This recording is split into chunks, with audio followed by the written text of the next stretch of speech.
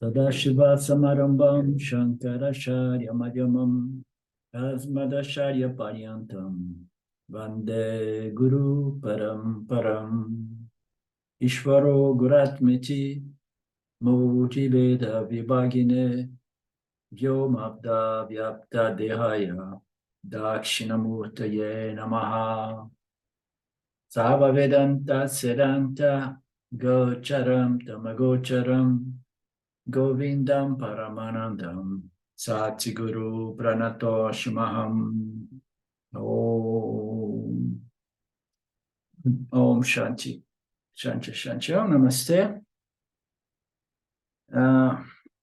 Welcome to our Tripura class.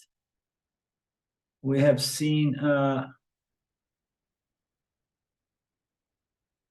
unfoldment of creation in our last class, and we have it's not in here anymore.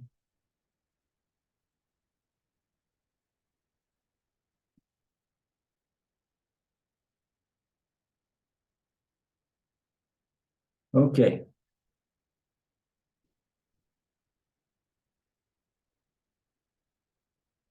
I'm sorry. Let me just see one thing here.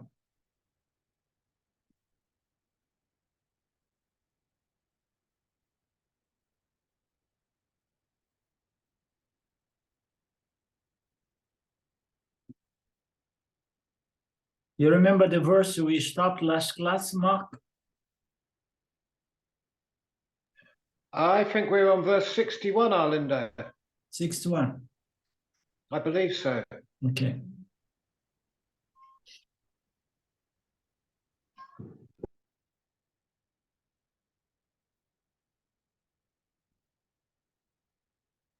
Yeah. Okay, so we were looking at this stage, this part of this beautiful teaching book, it explains the creation, the way it manifests as well. Okay. The main purpose here is to understand that creation does not take really place, and it's not something that happens out there. There is no exterior. Everything is within consciousness. Therefore, there is no creation. It's just an apparent imagery or appearance, superimposition or reflection, which occurs in the mirror, like Prakriti of Maya. Consciousness is the only reality and is self-sufficient, and somehow within itself it has the potential to produce this apparent reality, because Maya is there waiting for an opportunity to bring about mithya, something that although we experience, it's not real, which is the most difficult thing, to wrap our mind around this concept. So just as the mirror remains unaffected by the passage of different images and yet continues to reflect, so is the case with consciousness. Consciousness illumines the waking and the dream, which can be verified by contemplation. This is the first step in creation. In the verse 58, it says, though unperturbed, unblemished, thick, dense, and single, and absolute consciousness being self-sufficient, self-contained, manifests within itself what appears to be exterior phenomena outside of its Sachit nature, just like a mirror reflecting space and the objects external to itself. So the mirror is a wonderful, beautiful analogy when we look into the nature of this apparent creation. because we know by direct experience that all those images, and including the space reflected in the mirror, is not real, but still it does appear as name and form and color and so on. So this reflection is referred to the first step in creation. It's called ignorance or darkness. So basically it's called ignorance. It starts as an infinitesimal fraction of the manifest of the whole, of all universe at all times and so on. It manifests as though external to consciousness, which is its source, its origin. And it is a property of the ego sense. So this is the most relevant passage here. So the universe appears external to consciousness. Consciousness is pure and it's pure and non-dual, meaning to say there is nothing but consciousness. But somehow it has the potential to manifest this. I mean, when we say that consciousness manifests, consciousness does not manifest. Maya manifests, but nothing is possible in Mithya without the mere presence of consciousness, because consciousness, which is the source of existence, it needs to be there to borrow existence to Maya, and then through Maya, Ishvara, the existence of the universe. Okay, so all of that starts from an infinitesimal fraction of the whole, meaning to say the macrocosm causal body, or Maya. So it manifests as the world, which appears to be external to the conscious observer of the world. The conscious observer is consciousness, if the observer recognizes this as a fact. And all of this, the whole manifestation is a property of the ego sense, meaning to say you need to have the ego, the aham, I am, and I observe many other things around me, my environment. So this ego sense, I exist, I do, I experience, is the beginning of the manifestation of the universe, as we know, because we are all feeding into the macrocosm causal body of where all vasanas, tendencies, predispositions, propensities, and so on are contained. And these are all byproduct of jiva experiencing duality. The appearance jiva appearance duality produces incredible, vast causal universe in which everything exists there as an infinitesimal, as a micro seed of everything, of the whole. And then this micro infinitesimal fraction of Maya is going to produce the universe, which appears to be external to consciousness. And all of that is a byproduct or property of the aham, the ego sense, the jivatma. The alienation is on account of the latent tendency to be manifest later. So because of its non-identity with the original consciousness, it's now insentient body-mind, or meaning to say matter and energy. So the identification of this ego sense with matter prevents the identification with pure limitless consciousness, which is free of actions and experience. This alienation is going to keep all these latent tendencies alive, and they are manifesting again and again in due time. There is a note here, what is absolute consciousness goes under the name of Maya just before creation, and avidya when the jivatma begin experiencing this mithya reality. The agitation in the pure consciousness, which is undifferentiated without any sort of modification.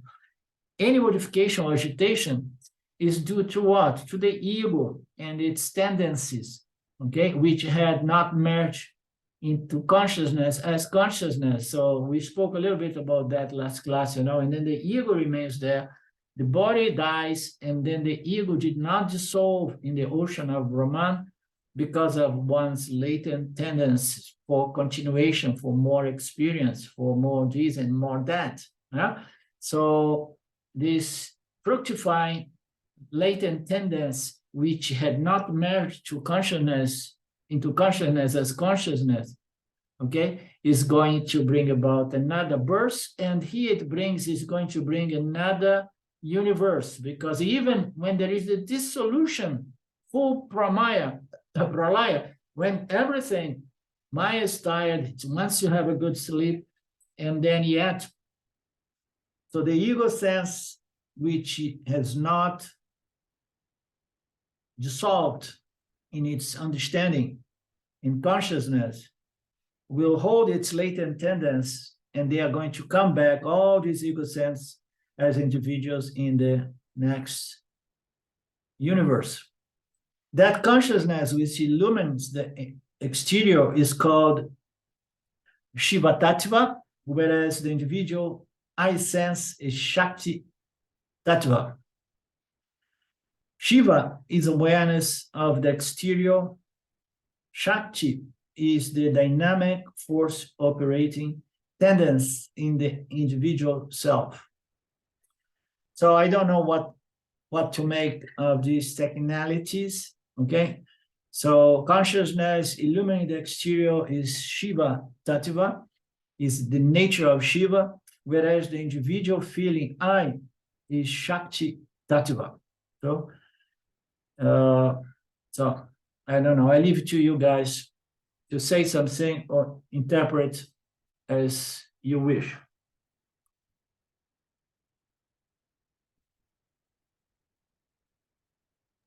When the awareness... Seems to me, I'm sorry. No, go ahead. Seems to me what it's saying is the Shakti is the dynamic aspect, in the fact that it's the Jiva Atma, and the Shiva is the universal aspect. Absolutely, yeah. Shiva is consciousness which illumines without doing anything.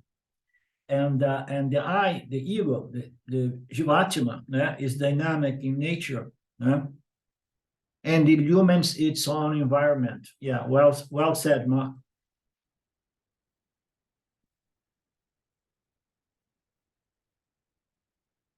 And this Shakti is dynamic, and it's going to operate the vasanas, the tendencies in the individual self, definitely, to make it a knower and an experiencer of this apparent reality, which in reality, even in relative terms, has no value, but the power of the ego sense is to attribute value to the 5 elements so the game can go on.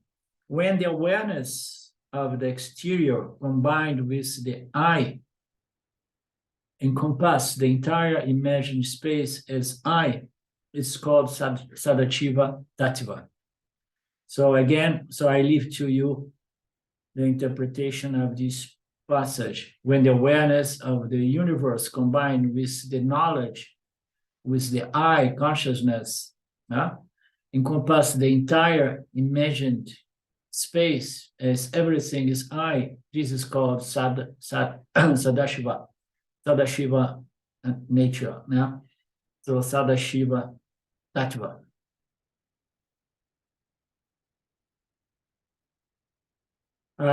Maybe it refers to knowledge. You're aware of the exterior universe, but you're aware of the I, and you know the universe is being encompassed by the I. The universe with the space and everything is encompassed by the I. So this knowledge, awareness of the world and of the I is called Sadashiva Tattva. Something like that. Anything from you, Lynn? Could it be Hiranyagarbha?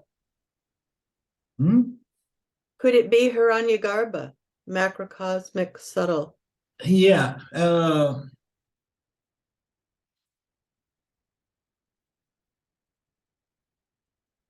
No, that is more the mind of Ishvara, no? It's collective mind, the knowledge of everything. Awareness of the exterior combined with the I. Yeah, I mean, it's difficult to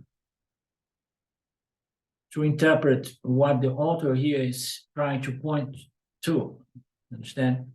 So Hiranyagarbha is the macrocosm subtle universe, subtle mind, the collective mind of all universe.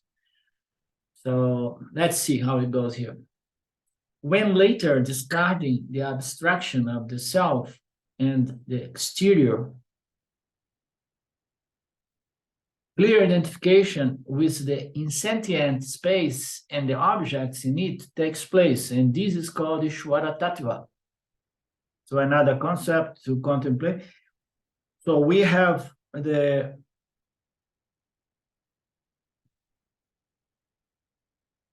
self is called Sadashiva. So it's saying that later on, yeah, first he defines Sadashiva,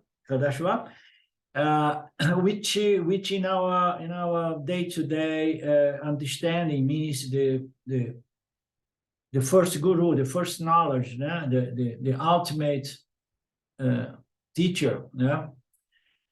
So Sadashiva Tattva, pure knowledge. So when later discarding the abstraction of the self, so you're going to discard the abstraction of the self and the exterior. So I guess he's saying that once, due to the subtlety of the self, and it appears to be so abstractive that people take it to be non-existent, and then one discards the self and the exterior. Abstraction of the self and the exterior, clear identification with the insentient space takes place.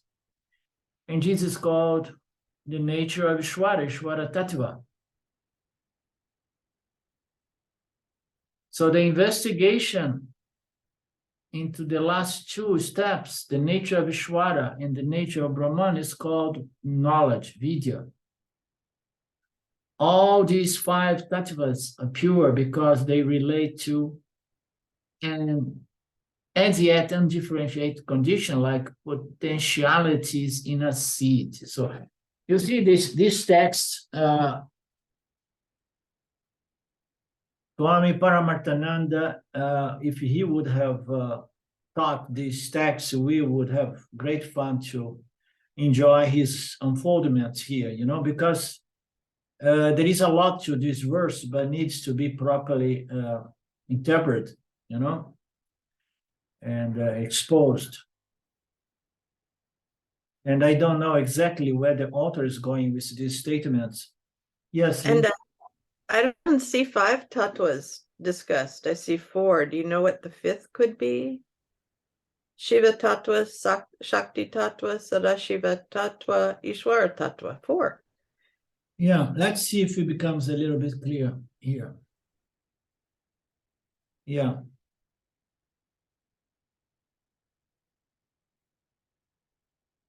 When later discarding the abstraction of the self and the exterior, which I did not quite understand this passage here, discarding the abstraction of the self and the exterior. And then there is a clear identification with the insentient nature of the self. Discarding the abstraction of the self and the exterior, clear identification with the insentient nature of space takes place. And this is called Ishvara Tattva.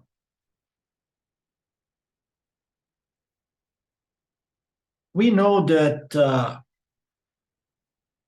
Ishvara No, I'm not going to go there. I don't want to say things that may not be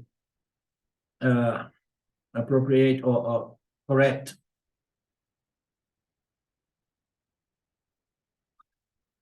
So when the universe manifests, there is a tendency to identify with the insentient nature of Maya, yeah, Prakriti of Maya.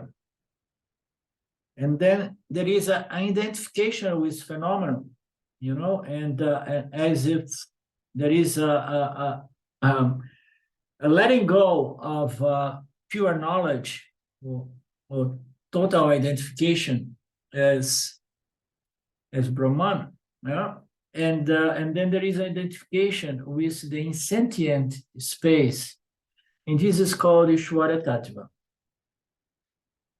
So it's difficult to say anything. We know, I mean, we hear again and again that Ishvara.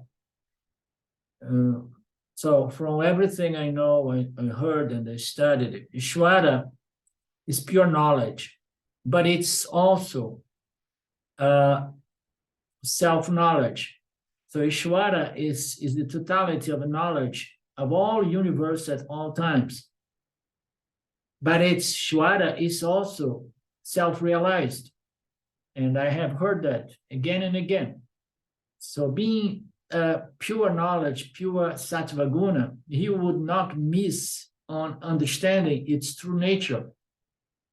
But the difficult thing is something that is pure knowledge, pure chit, that produces the universe and sustains it and breaks it, destroys it, and brings it back again. So such a supreme intelligence, being the source of all knowledge and, you know, self-realized, has self-knowledge and has knowledge of Mithya, so the entire knowledge, and yet it's not an experience knowing entity, you know. This is where things become a little bit more difficult to, you know, to wrap our mind around. So Ishvara is self-realized because he is light. So if it's light, it's a pure, clear reflection of its original light. And then it somehow, it projects and sustains and illumines the universe as a creator. So it knows the universe and it knows its true nature, but yet Ishvara, being a self-knowing, self-luminous, intelligent system, Ishvara is not an experiencing, knowing entity, okay?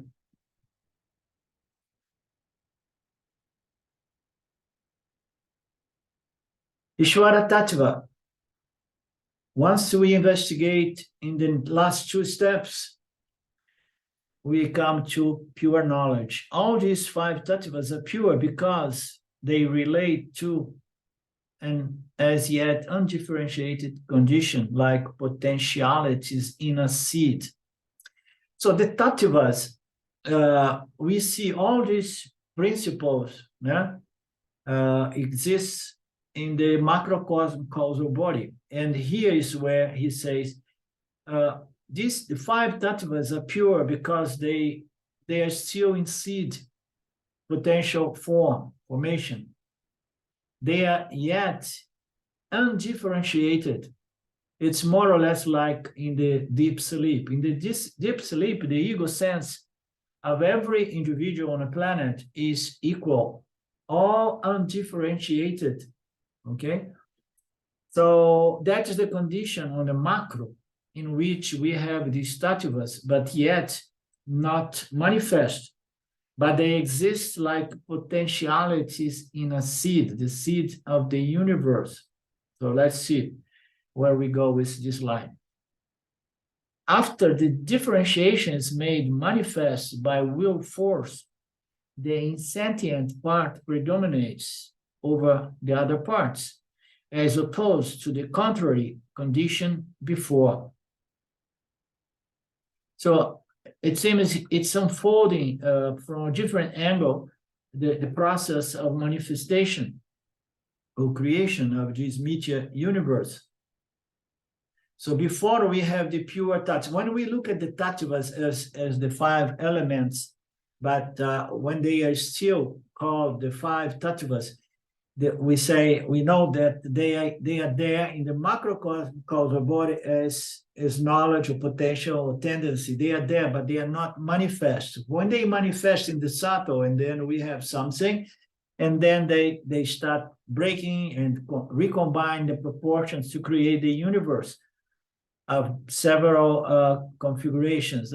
So of these 5 tattvas, now we don't know exactly what it means by these 5 tattvas, are pure because they relate to an as yet undifferentiated condition like potentiality in a seed. After the differentiation is made manifest by will force, the insentient part. So in order for the seed of the universe, okay, which is subtler than the subtle universe, it's in the causal. It is it's very infinite in smallness. It's just a potential that is in there. Once it's made manifest, and then it grossifies, and then the matter energy aspect manifests or predominates. The insentient part predominates over the other, as opposed to the contrary condition before. Before, there was nothing being manifest. The whole universe was exactly like in our condition of deep sleep, undifferentiated ocean of nothingness or emptiness. So in that condition, we don't have any difference or differentiation of objects, but everything is there in potential. So once the differentiation begins, and then matter and energy are going to appear and going to predominate the scene over the other tattvas. Like here, over the other, I don't know if it means of other what. So we have 2 principles. One is matter and the other is spirit or consciousness. So after the differentiation is made manifest by willpower, the insentient part takes shape, predominates over the sentient, which is pure Satchitananda, as opposed to the contrary condition before. Before there was no differentiation, and then consciousness was predominant, and there was nothing within it. That insentient predominance is called Maya Shakti.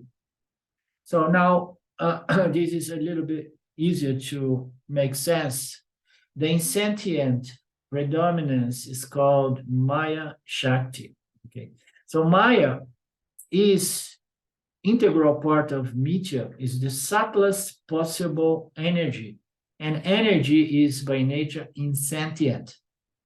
Okay, so even pure sattva guna, which is said to be our Lord, our Creator, still it is energy. In energy is by nature insentient, but everything is insentient until it knows its source as pure sentience, right? So Ishvara is energy. Energy is insentient by nature, but what makes Ishvara the source of sentience, of consciousness, is his self-consciousness. So he's self-conscious, he knows that his nature is consciousness. So the yoni, or the jivan mukta, it is dominated by its insentient part, which is matter and energies, all kinds of energies, sustaining and moving and operating the body-mind. So the yoni, or the jivan mukta, appears to be defined by several differences or properties or qualities and so on. But fundamentally, it is indifferentiated consciousness, okay? So it appears as the dominant aspect is the differentiation of energies, huh? But if he knows that my true nature is indifferentiated chit or consciousness, okay, and then there is no contradiction, okay, because here it says after the differentiation is made manifest, the insentient part predominates, okay, over the other. Before there was only the sentient part, and there was nothing like matter energy appearing within chit or consciousness. Now we have consciousness, and we have what? We have the universe of energy or matter, okay? So once it manifests, it dominates over the sentient consciousness part. The insentient predomination or predominance is called Maya Shakti. Now, Maya is fundamentally is energy, okay? Would take us to a very nice conversation, because Maya is matter, is prakriti, nature, is the subtlest possible modification in consciousness or energy, okay? Maya Shakti. So the insentient nature of this creation is called Maya Shakti. So it's a clear point again and again that Maya is insentient.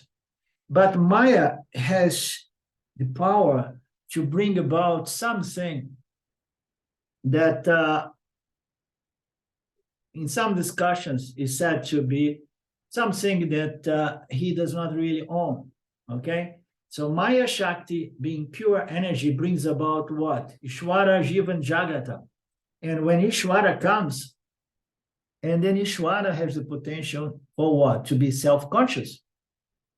Ishwara is said to be self-conscious and conscious of the universe because he's pure knowledge.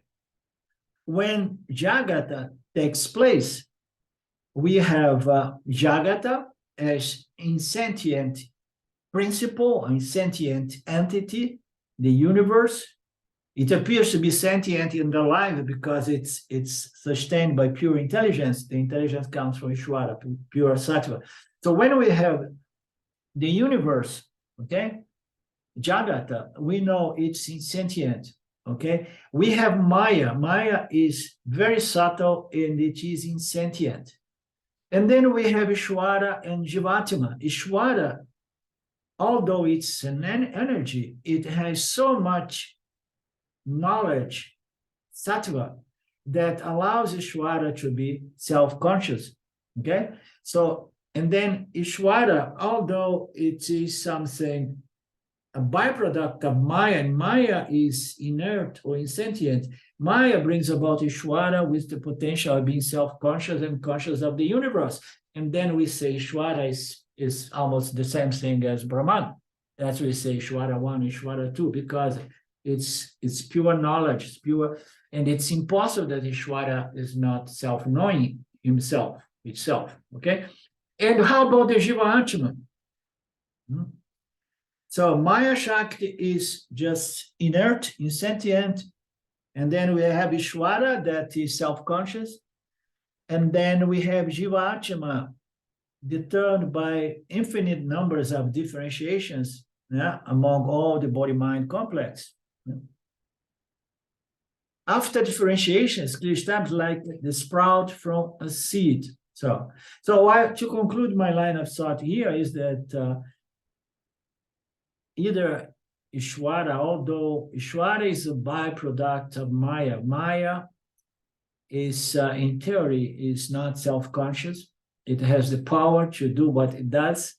It's difficult to be understood by the human intellect, but it's not self-conscious. Ishwara is self-conscious. And then, okay, we need a self-conscious principle to hold this and even produce reflectors of consciousness that are individual beings like Jivatmas. And these Jivatmas enjoy a certain portion Vishwara's pure Sattva Guna. And then the Shiva Atmas, which are fundamentally insentient because we are made of matter, yet we have the potential for what?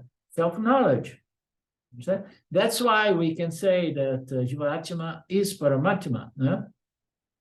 I am that Brahman. I am that Paramatma. Jivatma is Paramatma. Why? Because we have this human consciousness with the potential to recognize our sentient, pure sentient nature, which does not change and does not have a beginning, a middle, and an end.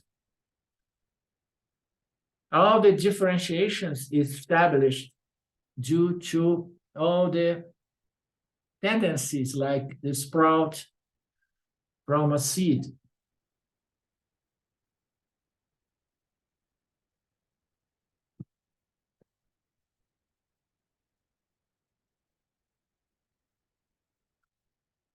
So in this process of creation, the sentient phase now contracts, being relegated to a minor position and takes on the name of a Purusha, being covered by the 5 sheets, namely Kala, something of doership, Vidya, some knowledge, and Raga, desire, Kala, time, and Niyati, fixed order of things.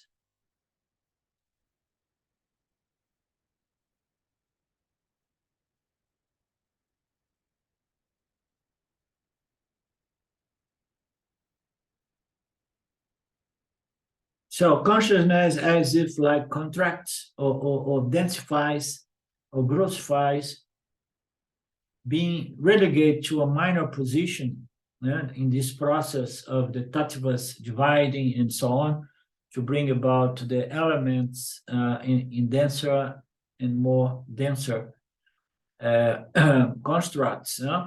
And then this sentient is as if relegated to a minor position, and it takes the name of Purusha, being covered by the 5 sheets, as if covered by the 5 sheets. When we say 5 sheets, we relate to Jiva Atma and the sense of doership and some knowledge, some desires, sense of time, and so on. So, anything from you guys on G67, 69?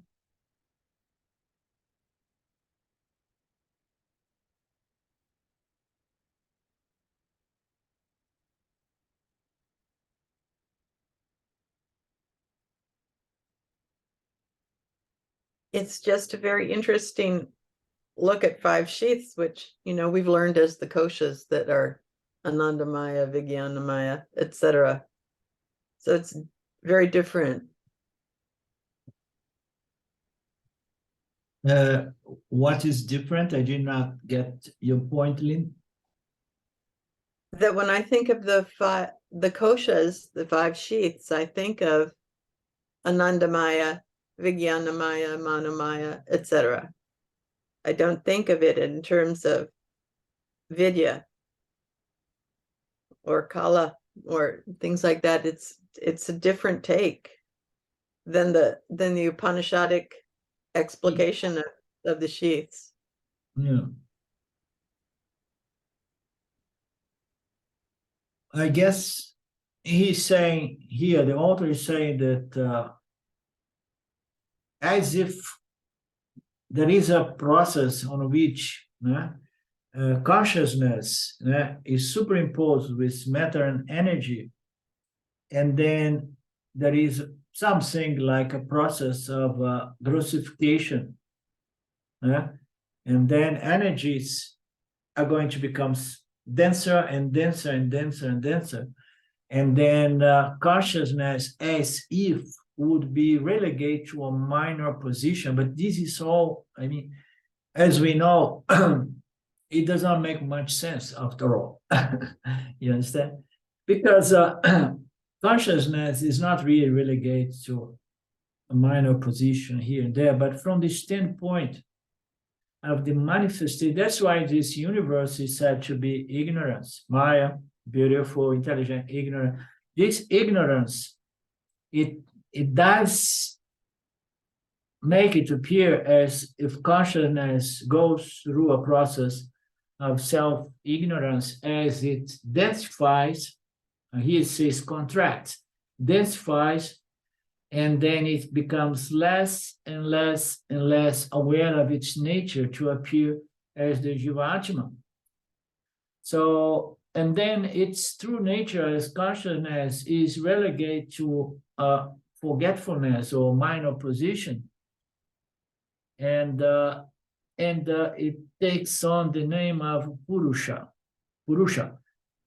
And Purusha, do you guys remember the meaning, the technical meaning of Purusha that I'm not really nailing it in here?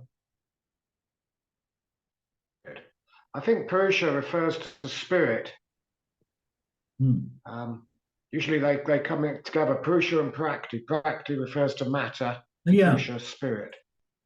Yeah, that's why I'm having trouble. That's my understanding as well. That's why I'm having trouble to see being relegated to a minor position. It takes on the name of Purusha.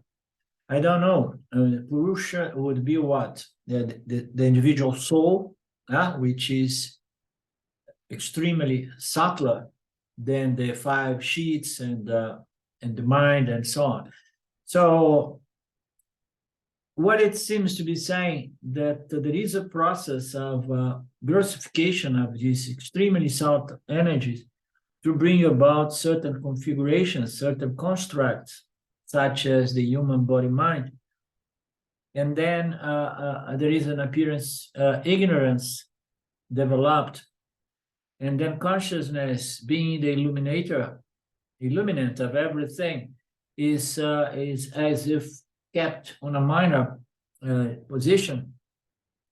And then this takes name of Purusha. So this Purusha maybe is the individual soul, is covered by the 5 sheets. So everything is consciousness. And then we have the experience of the ego sense. This experience of the soul now is covered by the 5 sheets, and this is possible only if the individual soul is associated with a physical body. And then we have those experience, these 5 different levels of human experience, which here, as Lynn has said, is presented as sense of doership, which is the ego, and then vidya, that's knowledge, that would be an experience related to the intellect, desire, which is an emotion based on ignorance, sense of time, and so on. So we don't know. I don't know how to make sense of this 67, 69, and it's not really absolutely relevant. If we had the text of Swami Paramarthananda, we would have enjoyed going a little bit deeper into this, but let's move on. Anamnesis of individuals made up of the proclivities acquired as a result of engaging in diverse actions in previous births is now supported by intelligence and remains as nature, prakriti. So now there is a change in the subject here. So there is an anamnesis, which is recalling past, meaning to say fructification of latent tendencies or proclivities. So individuals made up of those tendencies, as if we have our ragas and dveshas, they are well rooted in our causal body, and we are not really aware of them, but they are there. So they are made out of these proclivities, which means tendencies, vasanas. And these vasanas, as we know, are acquired through our interaction with the Dharma field, result of interacting, navigating, engaging in duality with the field of actions in previous births. So this is going to bring, it's going to make these vasanas to sprout again.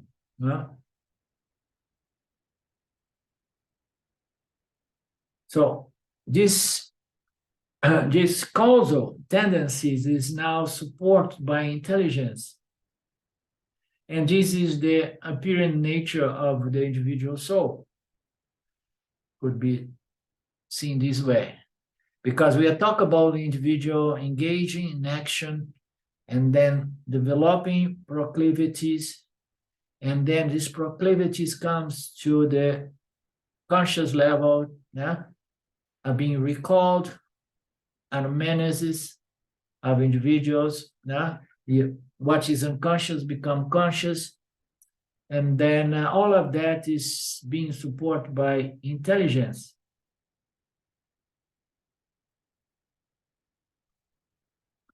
This prakriti is tripartite because the fruits of actions are of three kinds. She manifests Tripura, the three parts, three kinds. This nature of the universe, it comes from the fruits of one's actions, as we understand from the standpoint. I mean, the whole universe is relevant from the standpoint of Jivatmas. She manifests as the three states of life. So we would say like, this prakriti, tripartite, because the fruits of actions are the three kinds.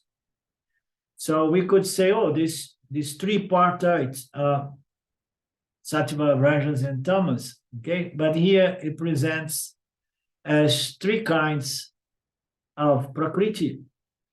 And the three kinds of prakriti refers to the three states of universe.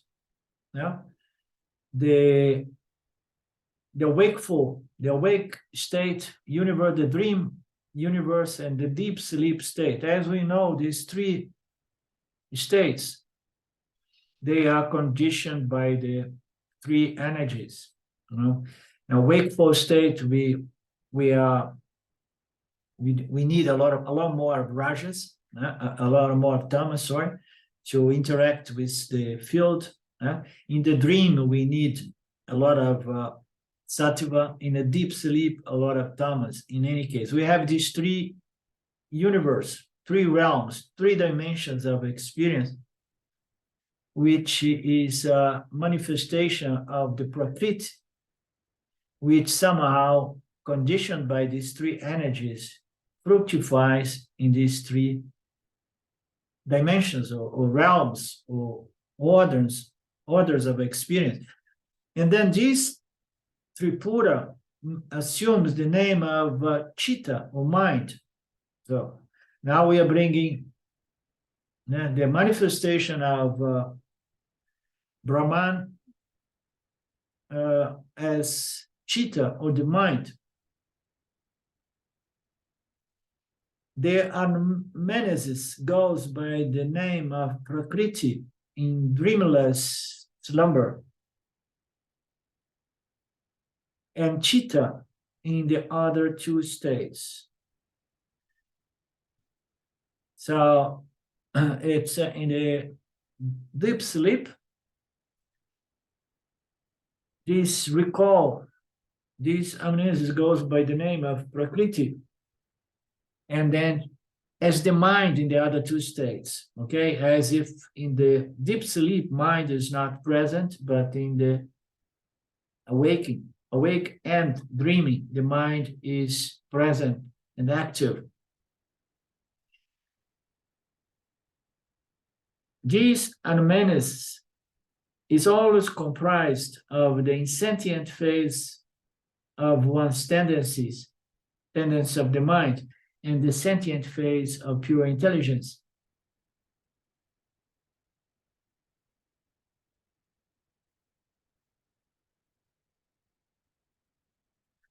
So this is it's breaking this this analysis to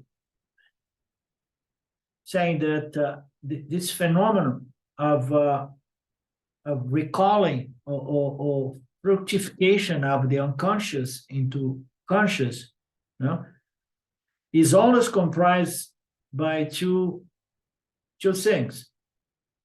Two of the insentient, which are the vasanas, the tendencies, the proclivities, or whatever, of the mind, and the sentient, which is pure consciousness. So what appears to be interesting to us here is that the insentient, inert nature of our vasanas is just energy. Okay, there is nothing sentient about our tendencies. It's very subtle because it is in the subtle realm, in the causal realm, our vasanas. But yet, regardless of being extremely subtle, is energy, it is insentient. So in the dreamless, we have this condition. And then in the other two, we have the mind. It's always comprised in all the three levels, the three conditions. It's always comprised of both insentient matter, energy, and which makes up the tendencies of the mind in the causal level, and the sentient phase of intelligence. Okay, I don't know what more to make of these teachings. I knew that today was going to be a bit challenging for all of us, but we do what we can.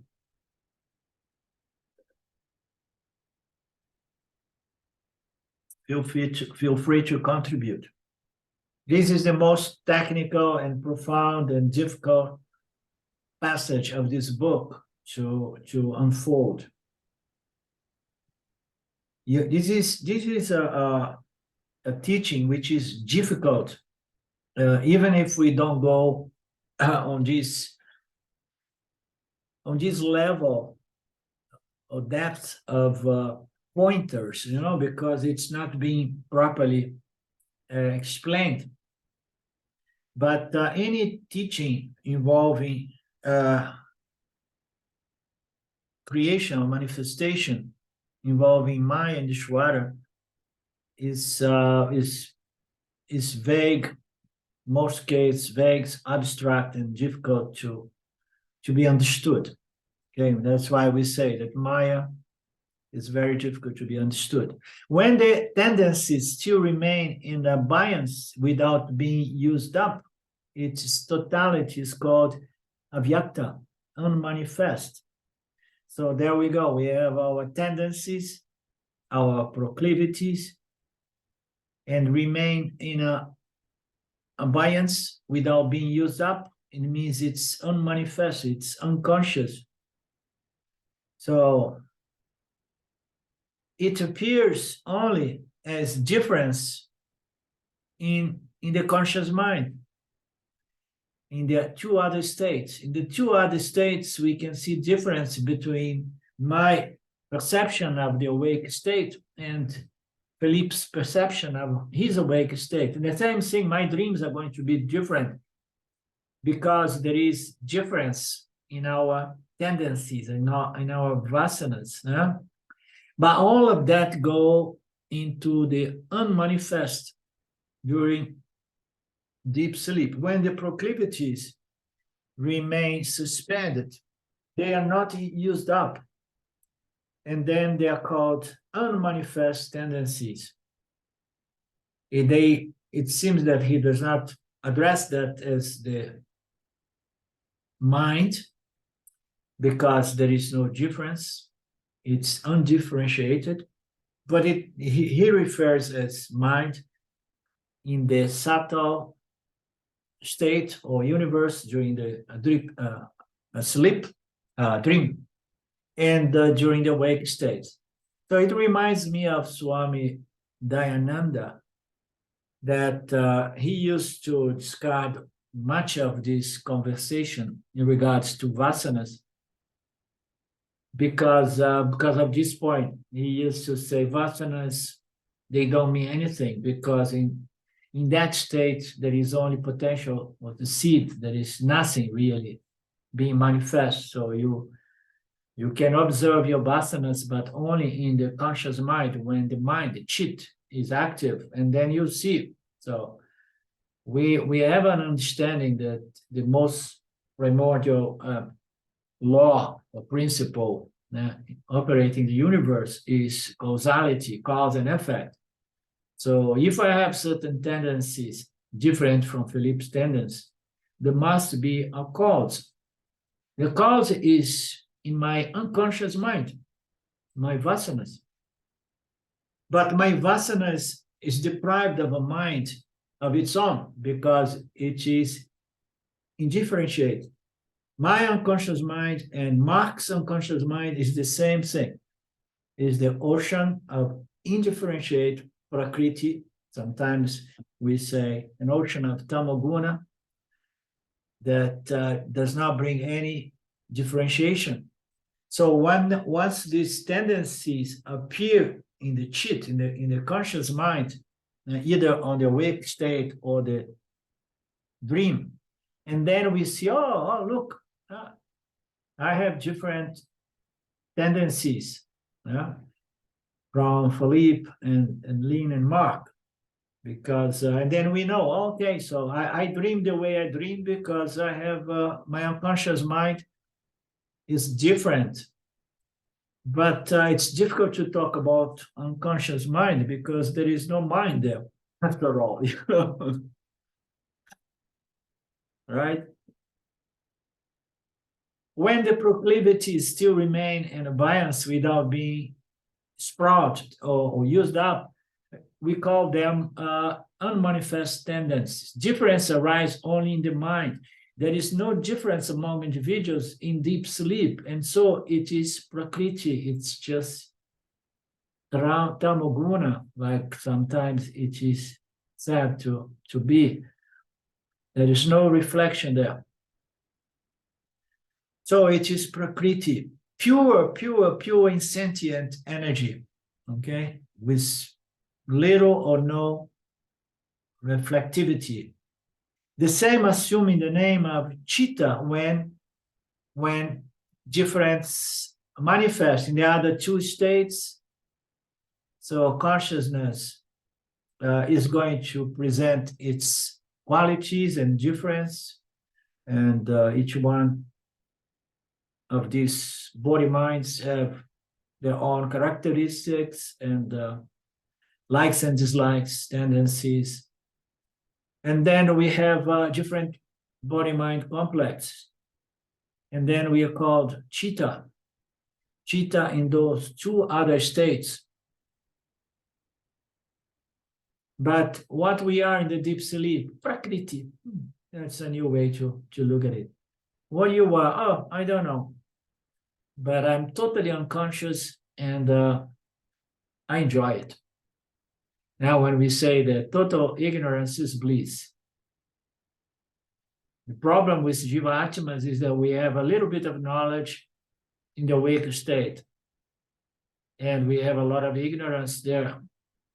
So when we have both, and then we are subject to problems, suffering. But in deep sleep, we are all equally happy and fulfilled. Not even the notion that, oh, I need to do something to fulfill myself. These notions do not come into play. Sleep is characterized by indifferentiation. And so it's the same for every one of us, irrespective of our vasanas, our qualities of mind, simultaneously. simultaneous with awareness or consciousness of the body, the other states manifest. So sleep, there is no manifestation. Now our body-mind is in the unmanifest condition. We all have the same no mind, but then simultaneous with consciousness of the body, the moment that we say, I am, and then the word appears. And I can say I am during the dream state and during the awake state, but I can't say consciously I am in the deep sleep, because there is no vritti I appearing in the, at least on a conscious level. So simultaneous with consciousness of the body. Okay, I'm waking up. Okay, I exist another day, and then everything appears with it. And it's in my dream as well, sometimes you say, oh my God, I woke up now, but I remember very well I was having such and such experience in the dream. And I was aware of my dreamer body and my dream world. Yeah, in those two states, we have this consciousness of the instrument of experience and the experience itself.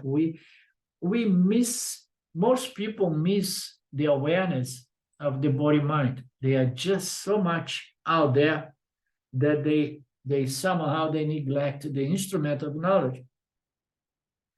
And then when we talk about being aware of awareness, and then nearly everybody misses out on that. So we are aware of the world, great. Yeah, let's go there and try to enjoy the world. But are you aware of your body-mind? What body-mind, man? I mean, all there is the world for me, and I can enjoy some pleasures there. No, you have to be aware of your body-mind, and then try to work it to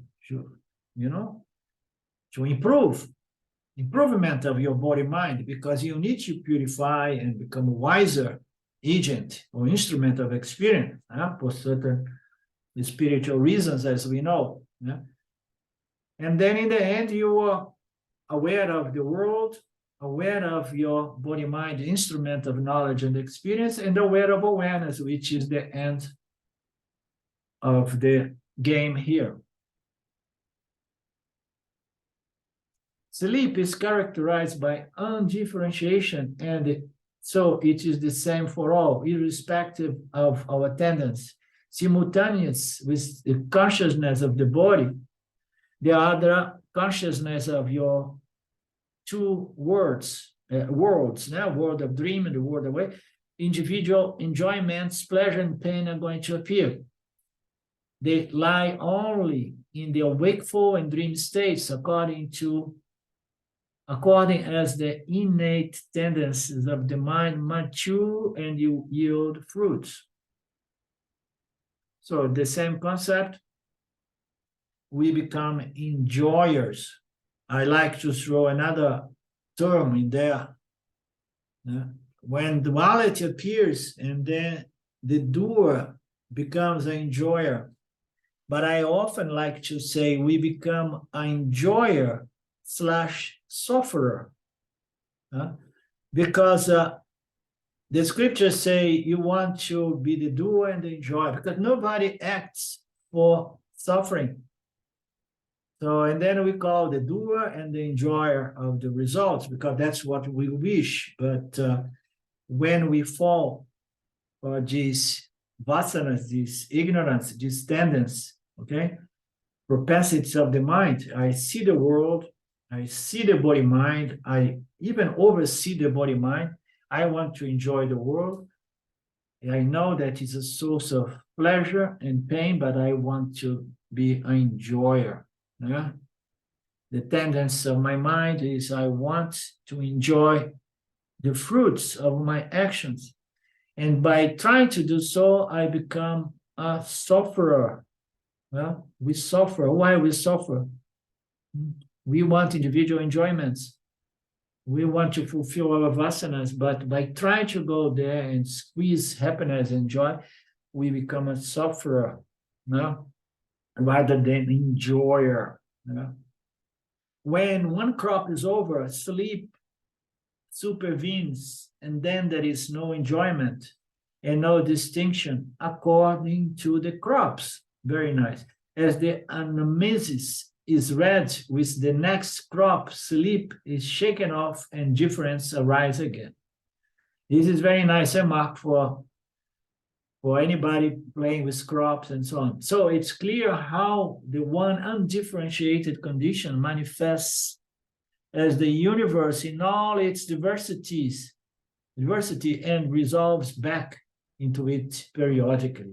So it's clear how the one undifferentiated consciousness or condition manifests as the apparent universe in all its diversity. Okay, so what does bring about this universe? Jiva Atma's vasanas. Again and again we look, we are co-creators of this universe. We want to enjoy the universe. We live for enjoy, and when we die, we want another instrument of enjoyment, not realize that I'm going to suffer again, because there is no true happiness in the world out there. So the innate tendency of the Hiranyagarbha, the collective mind of all jivas, they are going to keep maturing its fruits. And then Ishvara keeps reshaping, as I often say, reshaping the Dharma field so that we can play with it, hoping that one day we understand the game and we say, okay, now I have mastered the game and I'm done with the game. And then we will see if there are other higher games to play, or if it just is the end of all games. Yeah? We leave it to our imaginations, yeah? And so on. Okay, my friends, anything from you? I hope you have enjoyed this difficult passage. I definitely enjoy to stretch my mind, trying to grab, to understand.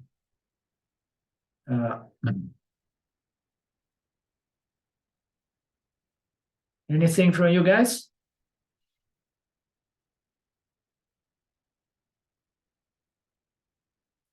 Sorry, we are very late today, so no problem. We began a little later today as well. Om Purnamada Purnamidam Purnamudachyate Purnasya Purnamadaya Purnameva Vashishate. Om Shanti Shanti Shanti. Namaste. Thank you, my friends. We meet again next Monday. Thank you, Philip. Namaste. Thanks, Orlando. Thank you. Bye-bye. Thanks, Arlindo. Bye. Thank you. Thank you.